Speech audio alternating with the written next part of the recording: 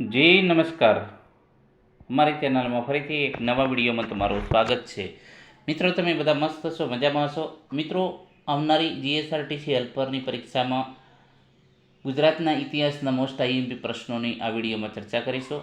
મિત્રો, સમય જે મળ્યો છે એનો સદુપયોગ કરી અને તૈયારી આજથી જ ચાલુ કરી દો, જેથી કરીને આવનારી જે હેલ્પરની ભરતીમાં તમે સારું પરફોર્મન્સ કરી અને એક સીટ તમે તમારો કબજે કરી શકો.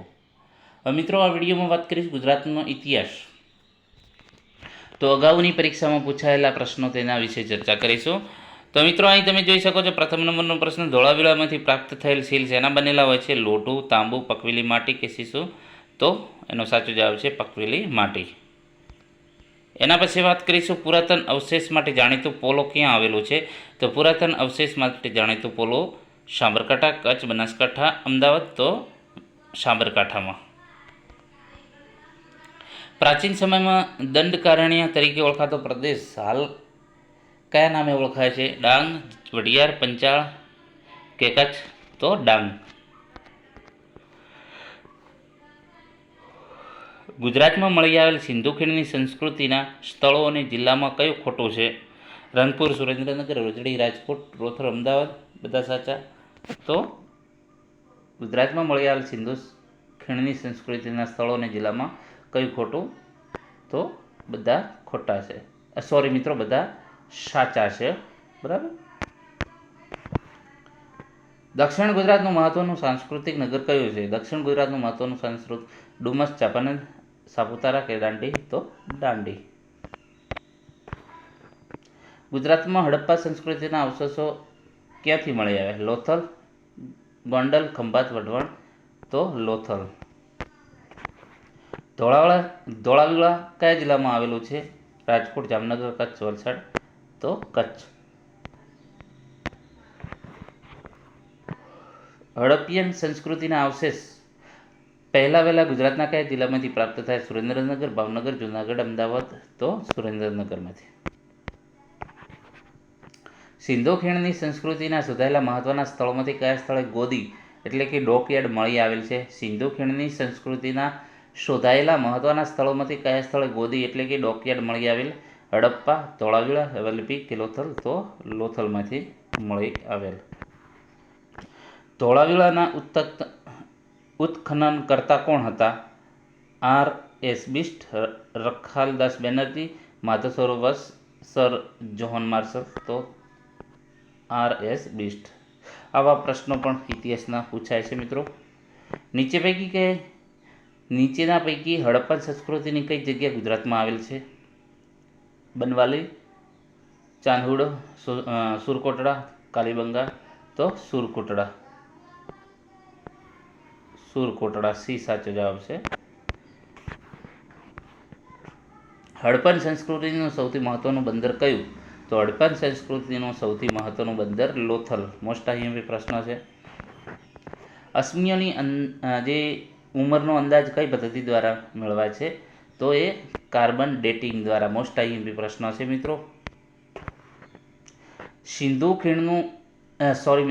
સંસ્કૃતિનું સૌથી મોટું ગુજરાતમાં કયું સ્થળ છે? તો સિંધુ સંસ્કૃતિનું સૌથી મોટું જે સ્થળ છે એ ધોળાવીરા કચ્છમાં આવેલું છે. કચ્છમાં નીચે પૈકી કયા બેટમાં ધોળાવીરા આવેલું છે? તો ખદીર બેટમાં. મોસ્ટ આઈએમપી પ્રશ્ન છે મિત્રો. ગુજરાતનું સિંધુ ખીણની સંસ્કૃતિનું સ્થળ રોજડી કયા જિલ્લામાં આવેલું છે? તો રોજડી રાજકોટમાં આવેલું છે. હાથીના અવશેષો હડપ્પાના નીચે પૈકી કયા સ્થળે મળી આવ્યા? તો રોજડીમાંથી. લોથલનું ઉત્ખનન કોણે કરાવ્યું? તો લોથલનું ઉત્ખનન એસ.આર. રાવે કરાવેલું. બરાબર. મોસ્ટ આઈએમપી પ્રશ્નો, આવા પ્રશ્નો પૂછી શકાય છે. પ્રાચીન કાળમાં ગુજરાતનો કયો પ્રદેશ આનર્થ ક્ષેત્રના નામે ઓળખાતો? તો ઉત્તર ગુજરાત, જે આનર્થ ક્ષેત્રના નામે ઓળખાતો હતો. ગુજરાતના પૌરાણિક ઇતિહાસનો પ્રારંભ કોના સમયથી થયો હતો? તો શરિયાથી. બરાબર. મોસ્ટ આઈએમપી પ્રશ્ન છે મિત્રો.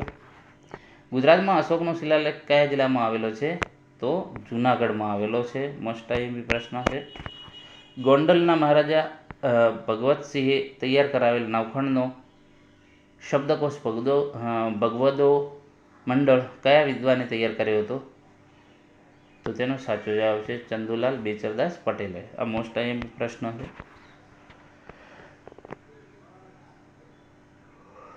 ગિરનાર તળેટીમાં અશોક સિવાય બીજા કયા શાસકોએ શિલાલેખ કોતરાવેલ? તો રુદ્રદમન અને સ્કંદગુપ્ત. મોસ્ટ આઈએમપી પ્રશ્નો છે. આ પ્રશ્ન વારે વારે પૂછાય છે. સમ્રાટ અશોકનો શિલાલેખ ગિરનારની તળેટીમાં કયા કુંડની નજીક આવેલો છે? તો દામોદર કુંડની નજીક આવેલો છે. જુનાગઢ ખાતે અશોકનો શિલાલેખ સૌપ્રથમ કોણે શોધ્યો? તો જેમ્સ ટોડ. મોસ્ટ આઈએમપી પ્રશ્ન છે. ગિરનારની સૌથી પ્રાચીન શિલાલેખ ખાલી જગ્યા સમયનો છે? તો સોરી મિત્રો, તો એ સાચો જવાબ છે મૌર્ય.